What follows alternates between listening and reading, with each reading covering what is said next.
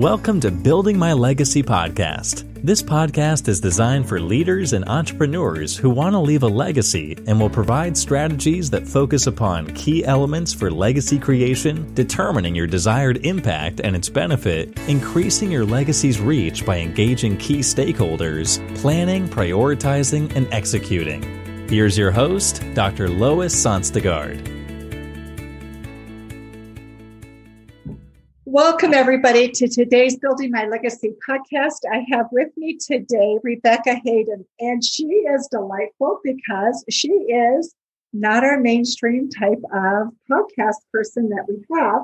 She's a performer, a singer, and everything, I guess, because performed in big musicals that have toured all over, like Tommy.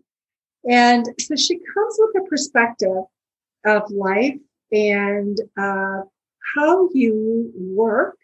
And so as she's now a life coach dealing with confidence, especially in women. And so I'm going to have you, Rebecca, share a little bit about your journey, why you left performing, because you've made it to the big stages and big performances and walked away and started in a new direction. So share with us that journey and how you ended up doing what you're doing. Yeah. So I have wanted to be a performer my whole life. I started dancing when I was 3 years old. It was the thing that I wanted to do. It was what I did in school. I did it as A-level, GCSEs. I then went on and did it at university, what we call stage school. And it was something that, my heart was set on. I remember being in the playground and asking other kids what they wanted to do when they grow up, and they didn't know. And I was like, how can you not know what you want to do? And, for me, it was that was it. That was the only thing I ever wanted. And I kind of climbed my way to the top, and it was a very hard journey. I faced a lot of upset. I faced a lot of rejection. Got myself to stage school, which was a hurdle in itself. And then when I graduated, got myself an agent and started working. My first job was Chess, the musical, which was amazing, and kind of went on and did a couple more after that. And Tommy, like you said, that was on one of the biggest stages in Europe. So that was amazing. And I think for me, I was on this journey of almost hiding myself. It was a really strange experience because I was always playing someone else. Like I was always playing a character or playing, a part in the musical, or playing a person that wasn't me. And it was very easy for me to kind of hide myself away, which was a bit strange because I've always been very outgoing and very confident. I was the kid at any party that was like, sit down and watch me dance. I was one of those children. But I just found this weird sense of not being able to be me. And especially with my weight, I was never a big girl in anyone else's eyes, but I was a big girl in the performing arts industry. So I was, I'm a size 12, I'm a size 10 or 12, but everyone else is like a size 2 to 8 or something, so I was always kind of a bit bigger as well. And I got to the nearer the end of my performing career, and I was just so miserable. And, going back into that time now where I reflect, I just, I couldn't look anyone in the eye. I couldn't, I didn't want to speak to anyone, which is, very unlike me. I can make a conversation, in a supermarket queue. Like I'm okay with making conversation. And I was just really, really unhappy. And I got to the point where I was just like, you know what? There's more to life than me feeling this unhappy and trying to kind of fit myself into something that I don't feel that I am. So I decided to walk away, which was the biggest, for me at the time, I felt a failure, like 100% hands down. I felt a failure. And I think it was because I'd had my heart set on this dream and this, this massive dream for so long. And even though I got that dream and, even you saying, been on these big stages and stuff, I still go, oh yeah, I did that, but I didn't ever give myself recognition ever. So yeah, I think for me it was kind of, I felt such a failure at that point, and really had to do some work on that. But I went into teaching, and I taught dance at a local school where I used to work, and where I used to live. And I vowed to myself that I would never teach ever, because teaching dance for me was like, I definitely have failed. So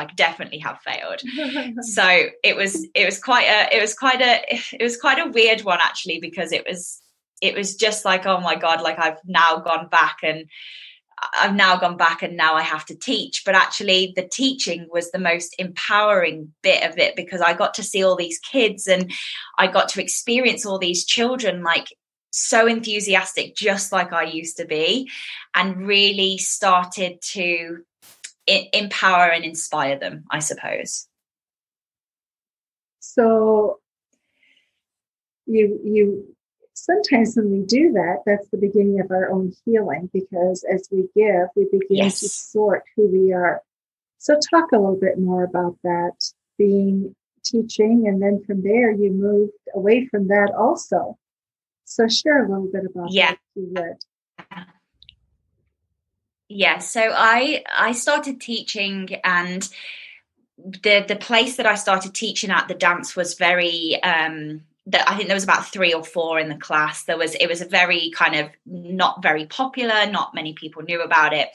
And I worked there for just over 2 years, and I managed to grow the dance faculty and grow the dance space of that performing arts hub. And I used to have like 37 to 40 kids in each class. So we went from having like no dance at all to like these massive classes that I just loved and was so passionate. And I remember, I choreographed Cats, the musical, and we had 107 children in Cats in this musical. And I know. And trying to piece that all together, that was the moment where I was like, oh my goodness, like this is amazing. Like what I've created. I think that was probably the first time that I was truly proud of myself. And I've done quite, I had accomplished quite a lot of things by then, but I think because I'd stepped back from it and started to give back more, I really did feel, so proud at that moment. But there was still something missing. There was still that kind of something in me that I felt I didn't feel like I was doing the thing that I was born to do, basically. So cut a long story short, I met my boyfriend on a very random night out over Christmas, and we started going out, and he said to me, look, like I want to move to Australia, so I don't really want to carry on anything with you right now. And I was like, oh, this is too good to lose. And I was like, well, what if I came with you? And it was a bit of a feel the fear and do it anyway decision. We'd been going out for a while, so it wasn't just like a hat dash kind of decision, but I knew that was where I wanted to be, and I had this real feeling, and I listened to my gut and my intuition quite a lot, and it usually is right. So we decided to move to Australia, which was January 2019. And during that transition, and even really when I was teaching, I used to help a lot of the kids with their mental health. So I suffered a lot with my mental health when I was in the performing world, and I know that they were going through the same things that I was going through, or that I'd been through. So I actually started a blog, and I just started blogging everything that I'd learned, and it was called Sunday Soul. It used to go out on a Sunday, every single Sunday for like nearly 2 years. I blogged, and it was quite powerful. And I used to get lots of comments from the kids being like, oh my God, Becky, this has really helped me today, or this technique has been amazing. And I was like, wow, like there might be something in this, like there might be something that I could do with this. And I started researching found NLP, neuro-linguistic programming, found hypnosis, fell in love with all of it, and the rest is history. And now I have a really successful business coaching women for confidence. So I still get to do a lot of my performing side of it, because it's, you know, showing up on camera, showing up online, speaking, doing podcast interviews. So I still get to be that performing side of me, but I just get to be me as well. You know, what's interesting is the thing that so many women, especially struggle with is confidence. And you always think of performers as having that one nailed, right? You've got to nail confidence. Otherwise, you're not going to be out putting yourself out night after night after night. So you have something really unique to offer, because you come at it from a perspective where it is life or death. Confidence is life or death, right? And most of us don't live in that world. So tell me, how do you go about working with women, NLP, working with the unconscious mind, and so it can talk with the conscious mind is so huge in terms of healing and in terms of being empowered. But tell me, how do you work with people? So I think for me, the biggest one that I see within women is the I'm not good enough. And a lot of us go through that. A lot of us feel that. Pretty much most of my clients, when I've peeled back their bits of the onion, that's the kind of crux of it. So the first thing I really, the first thing I really do is to do the inner work. That, you know, before we add on all the strategy of how to be confident or how to show up confident or how to speak confidently, I'll go back to the subconscious programming. And, you know, just like you said, if our conscious and our subconscious programming are on different radio stations, they're not going to match together and we're not going to get that confidence. So for me, I always talk about ourselves like a house. And we might have this house at the moment, but with a gust of wind, it comes flying down, or the windows are falling out, or the roof's blown off. So what I try and do with my clients is to kind of break that house down and go back to that concrete foundation. I use timeline therapy a lot, which I absolutely love. And it just allows us to basically go back into the past, into previous events, into trauma, traumatic times. And when I say trauma, it doesn't always have to be like a very traumatic event. Sometimes the client, you know, we've gone back to a time where another girl said something about my client's hair in the playground, or wouldn't let her play, or, you know, and we take on these beliefs from those events, and we don't necessarily know what those events are until we kind of go and dig a little bit deeper into them and almost take the positive learnings away from that, so we can leave that memory where it is and kind of not think about it anymore.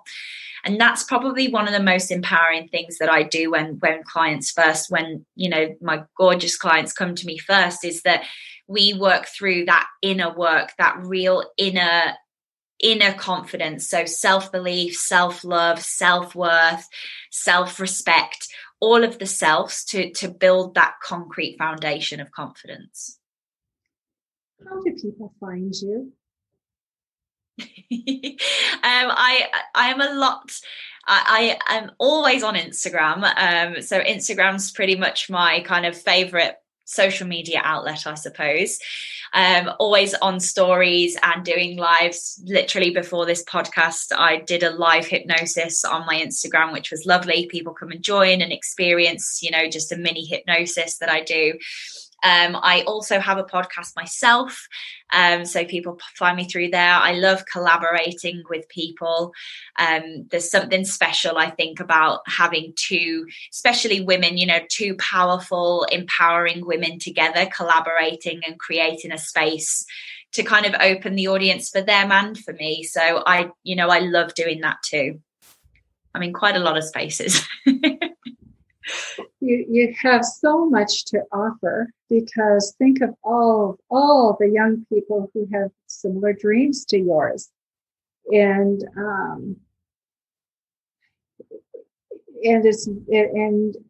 always there's a point where it changes. I was working at one time a few years ago with a young woman. She was going to Juilliard as a dancer, ballerina. And she was one of their top ballerina for performing. And so she always had some of the top roles. And I said, how do you view your future? And she was just a delight to watch, full of energy, full of life, full of enthusiasm. And she said, every day I dance, I know it may be my last dance because I'm just one injury away from retirement. And, I have thought about that so many times because most of us don't work with that in mind, where today may be my last day and I'm going to give it my best. So it's it's a different kind of pressure that you live in. But it also is a pressure of I'm going to give it my best because it may be my last, right? And sometimes we don't give it our best because we think, God, I've got tomorrow. So it has both sides to it. I love that. That's really powerful. That gave me goosebumps everywhere. She was really just a treasure of a young woman. And so tell me, as you work with women, confidence, that's one of their biggest issues, the various self-concept, self-worth, being enough, all of those things. What else are some of the issues that women deal with that you help them work through? Yeah, I think that I'm not good enough is definitely something that shows up all the time. Body confidence is another thing, which I think is linked. I always think is linked.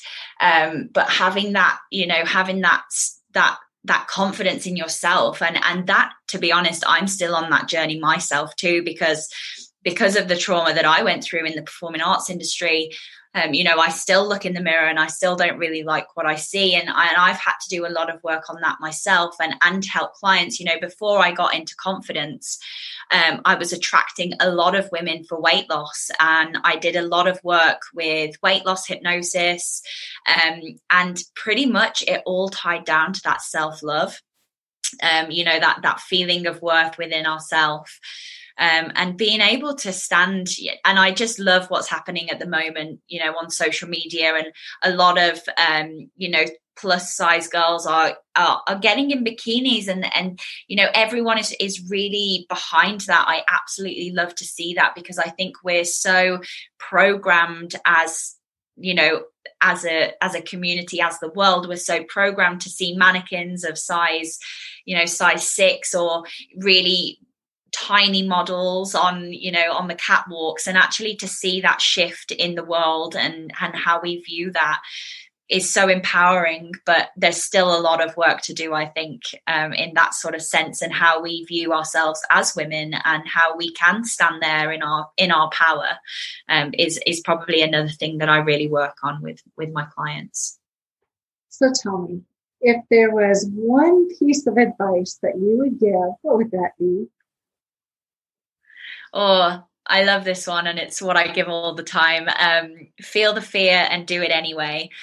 The amount of things that have come from me being in that space and really fearing things and being scared, but pushing through my comfort zone and saying, yes, hell yes, I'm in, and going all in has been the most incredible changes in my life. And I know it feels scary at the time, but you never know what's on the other side. So if my one piece of advice is always, always, always feel the fear and do it anyway.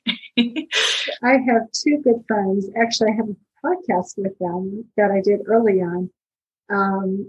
They were both principal dancers in the Paris Opera, and then went to London. Wow! Yeah, so they were major players, and then both retired after a number of years, and started a business of their own. And I said, so how is it different? And this is what they said to me, and I thought was so fascinating. they said so they danced together. They were a husband and wife, and they were both principals in the Paris Opera. And they said every day we'd wake up and we'd look at each other in the mirror, and we'd look at how our bodies had changed overnight, because we knew our dance would have to be different that night, because when you land, you have 1 square inch to land on. And if she miscalculated, she would fall and get injured. So every day they'd study how their bodies had changed overnight and then shift their dance. And she said, that's what we did in business. Every day came to business and said, how did business shift for us? And what do we need to change for today? I thought, wow, isn't that a powerful learning in terms of how to approach life? Rather than fearing it, it was accepting it and saying, okay, now how do I do it in a different way? So I love that.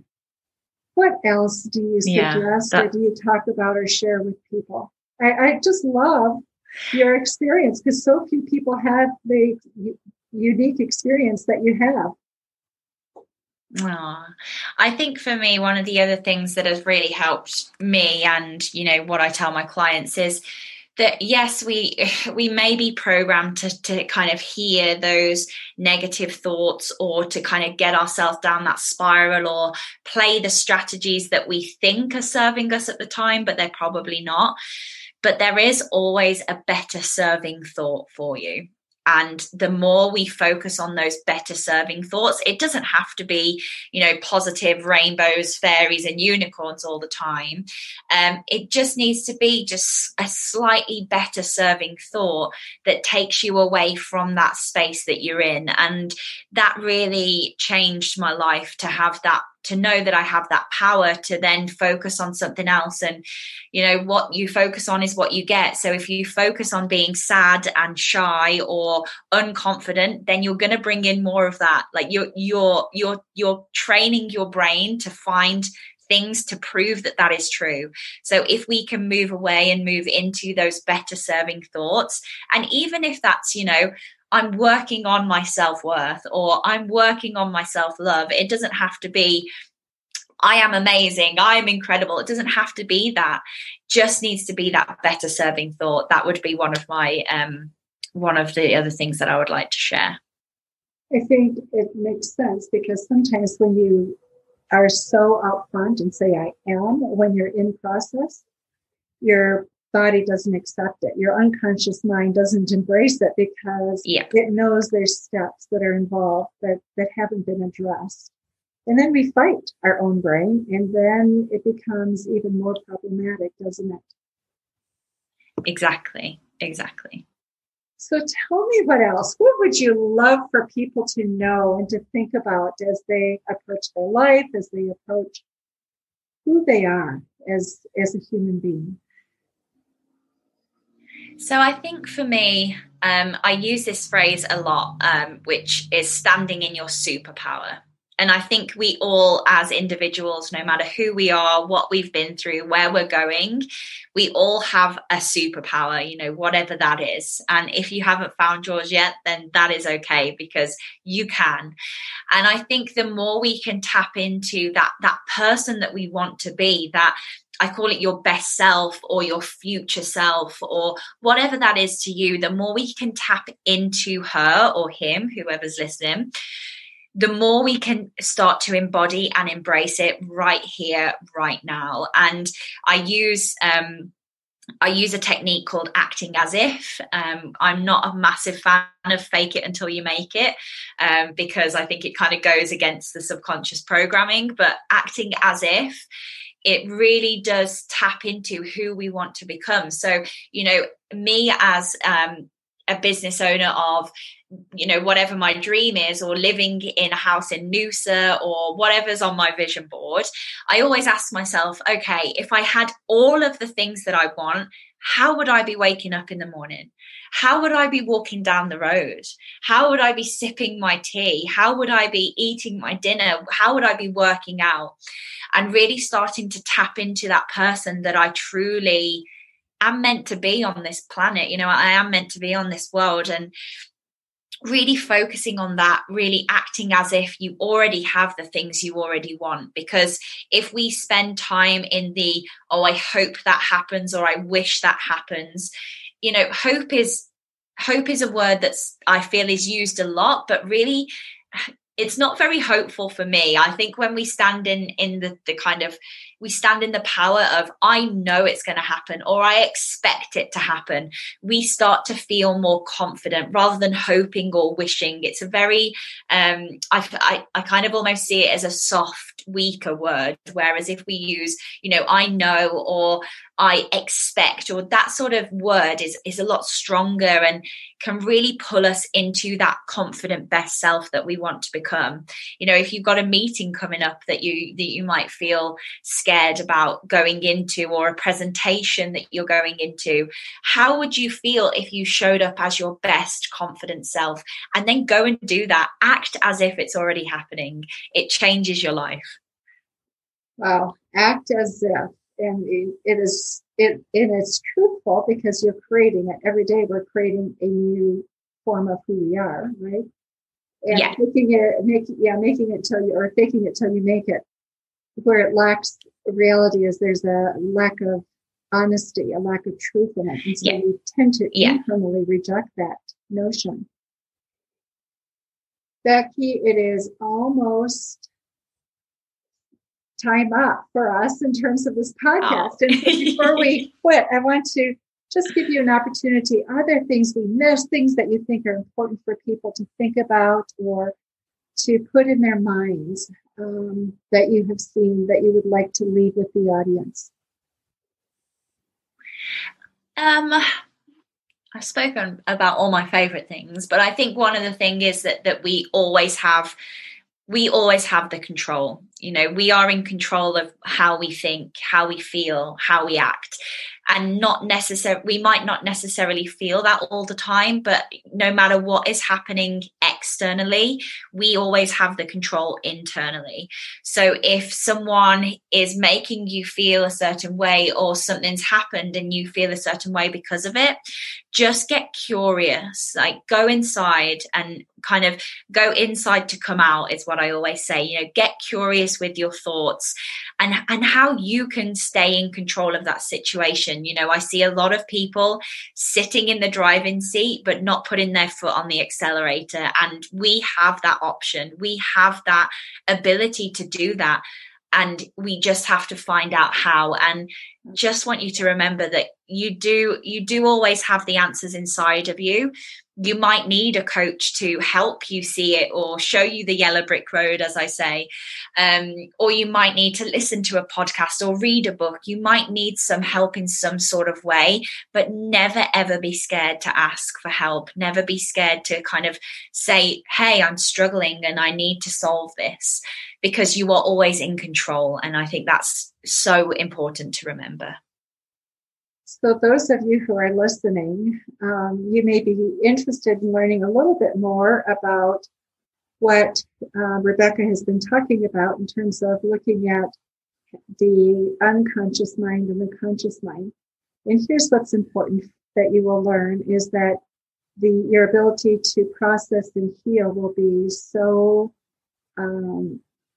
much faster. You'll be shocked at the progress you're able to make, and do it in a way that is honoring of yourself. So if any of you would like help or would like to connect with Rebecca, information about her will be in the show notes, and we'll be glad to make that available to you, or just contact us and we'll be glad to make the connection. And then please visit us on our website at www.buildtomorrow.com and on our social media channels, YouTube, Facebook, Instagram, LinkedIn at buildtomorrow.com. Becky, I am so grateful for this time with you and for all of your sharing. Your perspective is so valuable. And I think many people wonder, you know, you've given us a little glimpse into a world of performance. And what a gift you've given everybody today. So thank you for that. Aww. No, thank you for having me. I've absolutely loved it. And thank you, everybody, for listening to Building My Legacy podcast today. You've been listening to Building My Legacy podcast with Dr. Lois Sonstegard. To book your appointment with Dr. Sonstegard, visit www.buildtomorrow.com.